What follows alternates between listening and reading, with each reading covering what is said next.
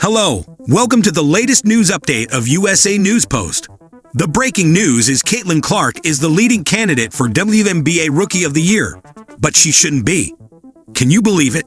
The WNBA's most talked about season is already halfway over. The WNBA's highly anticipated season is already at its midpoint. All 12 teams are roughly halfway through their 40-game schedules, and the league is buzzing with compelling storylines.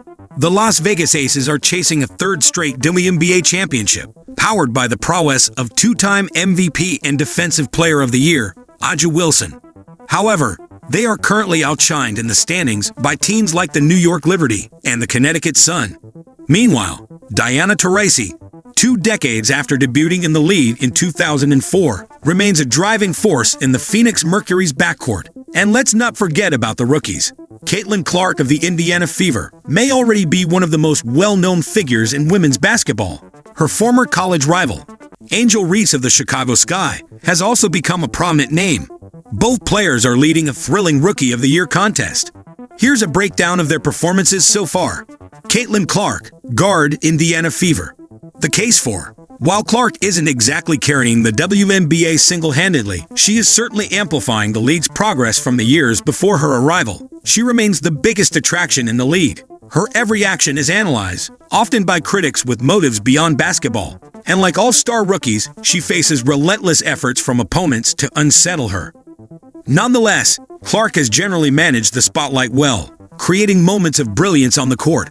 Recently, she became the first rookie in WNBA history to achieve a triple-double, recording 19 points, 13 assists, and 12 rebounds in a victory against the Liberty. Her extraordinary playmaking ability is evident, with Clark ranking third in the league with 7.4 assists per game.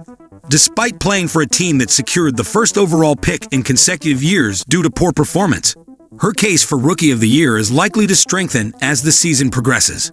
The case against Clark's performance hasn't been entirely impressive.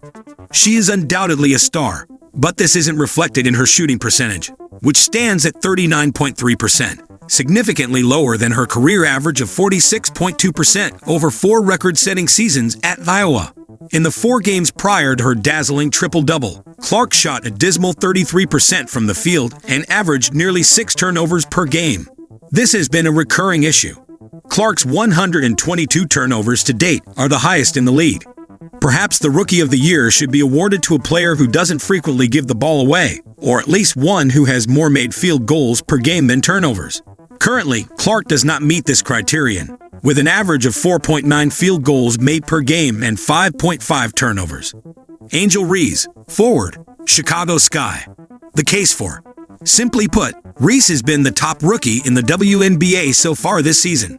The 6'3" forward has been incredibly dominant as a rebounder, a strength that dates back to her illustrious college career at Maryland and LSU.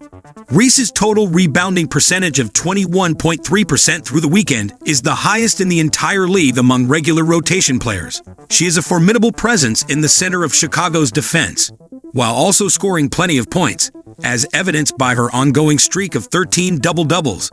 This streak is not just a rookie record, but a record for the entire history of the WNBA. Quite impressive for a first-year player. Reese has managed all this despite dealing with a significant media frenzy and intense public scrutiny. By both traditional statistics and advanced metrics like win shares, Reese comfortably leads all WNBA rookies. The case against: there isn't much to argue against Reese at this point. She should be the frontrunner, though betting markets are gradually warming to the idea of someone other than Clark winning the award. To play devil's advocate, Reese contributes little as a perimeter shooter and isn't a refined finisher near the basket. Her rebounding numbers, impressive as they are, have often been boosted by her own missed shots near the rim. This was the case at LSU, where she shot 47.1% in her senior year, and continues with the Sky, where she is shooting 41%, taking nearly all of her shots close to the basket. Unlike Clark, gives Reese the chance to follow up and boost her rebounding totals without necessarily being efficient. Clark doesn't get the same opportunities for stat padding near the rim and has a smaller margin for error in her pursuit of efficiency. So the Fever guard might deserve some leeway when evaluating her early statistics.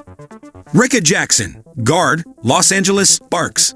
The case for: The season's narrative is more engaging with a potential spoiler in the mix.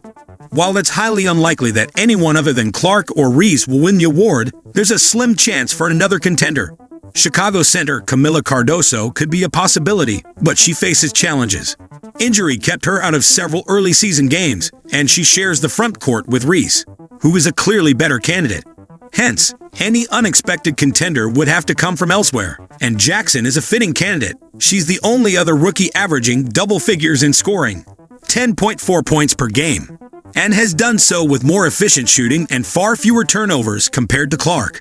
The case against the dominance of Reese and Clark renders other candidates' chances negligible.